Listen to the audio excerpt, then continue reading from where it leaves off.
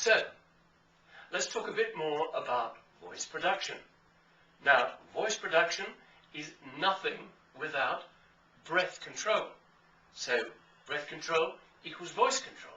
How can you control a voice if you can't control your breath? Now, we know that most people breathe too shallowly, and most people breathe through the nose. So let's just once again say that if you breathe through these two little apertures, your nostrils, you only get a fraction of the amount of air in that you can get if you breathe through a really open mouth. And people tend to breathe in the upper part of the chest, the upper part of the lungs here. You know, if you're running, athletes, runners, and people, sports people, tend to breathe in the top here, getting lots of air in and pumping lots of air out. But it doesn't do anything for the voice, because the voice, the spoken voice and the singing voice, need to be projected out on a cushion of air, out on a cushion of air. Let's look at what we have in the human body that produces the voice.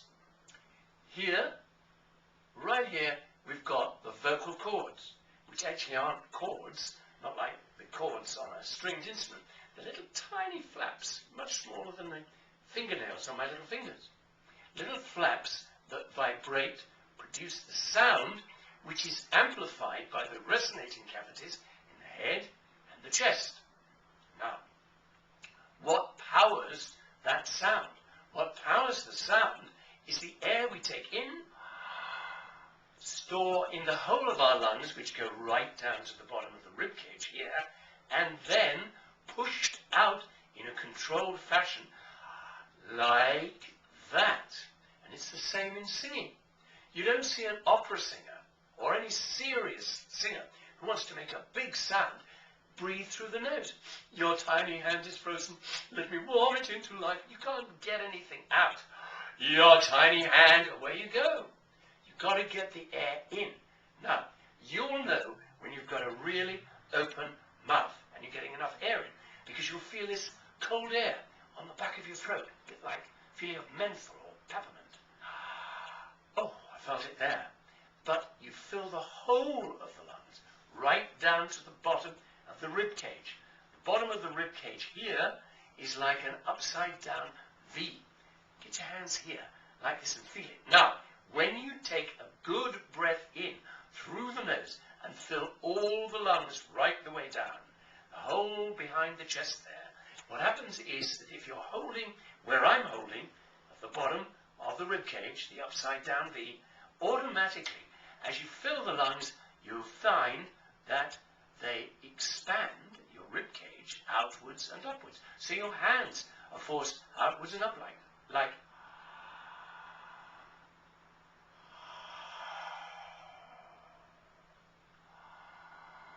Now, I'm not doing that. The air is literally forcing my rib cage outwards and upwards. And if that's not happening, then it means either you've not got the mouth open enough, you're not taking enough air in, or you're only taking it in like the upper chamber, the upper repository of air at the top of your lungs. You're not filling the whole thing. And a good way to remember this, how to do it, is to imagine you're a balloon. You know how at a party, Christmas time, or with kids, you have to blow up a balloon, and sometimes it's jolly hard to blow these balloons up, and you blow, and eventually the balloon swells up and it's full of air. Now imagine that your entire body, from here right down to here, is a balloon, and when you take in air, you're a big balloon full of air. And then you know how you can let air out of a balloon in little bits like, and if you let it go, it goes. So imagine you're a balloon. You take it in, expand into this big balloon, and you let it all out. Practice that. It's a really good exercise. And the next step after that is to imagine that when you breathe in, you don't just fill all the lungs.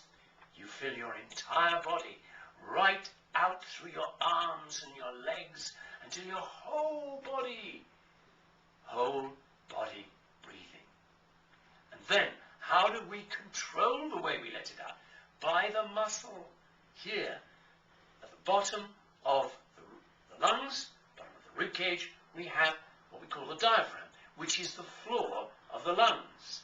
And beneath that, we have what we call our six-pack, if you've got one, the rectus abdominis muscles, which link the bottom of the rib cage all the way down to the pelvic girdle, right down there.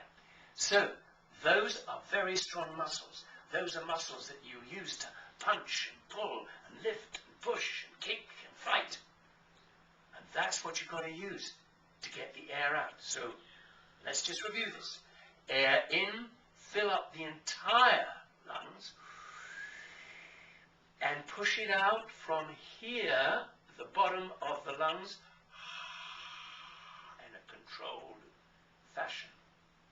Remember to get the mouth open and sigh out on a quiet R. We don't want tone. You see, where the voice wants to go, if you let it, particularly if you don't have enough air behind it, it wants to just shoot out back into the head. And that's why a lot of people talk like this. It's right up here. It's very unpleasant. It's just tone. So we want a lot more breath. Because when you get breath behind the voice, it's warmer. It's more charming. It's more charismatic. It's also more powerful and persuasive. And when you have enough air behind it, then you can go through a lot of tunes and tones and rhythms.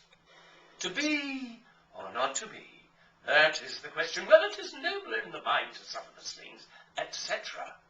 Control is the name of the game. Okay? That's enough to be going on for now.